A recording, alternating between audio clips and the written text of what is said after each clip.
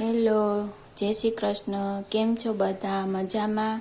તો આજે આપણે બનાવશું દૂધીના મૂઠિયા. એના માટે મેં લઈ લીધી છે દૂધી, લીલા મરચાં, ટમેટાં, લસણ, ડુંગળી, કોથમરી, બાજરીનો લોટ, ઘઉંનો જાડો લોટ અને ચણાનો લોટ.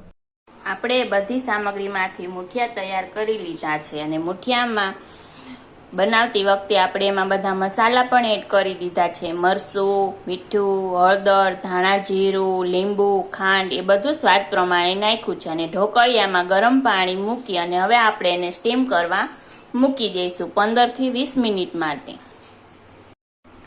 આપણા મૂઠિયા સ્ટીમ થઈને તૈયાર છે. હવે આપણે એનો વઘાર કરીશું. તેલ મૂકશું, મીઠો લીમડો, રાઈ નાખીને વઘાર કરશું. આપણા મૂઠિયાનો વઘાર કરીને મૂઠિયા તૈયાર છે અને હવે એને સર્વ કરીશું ગળી ચટણી સાથે. Thank you.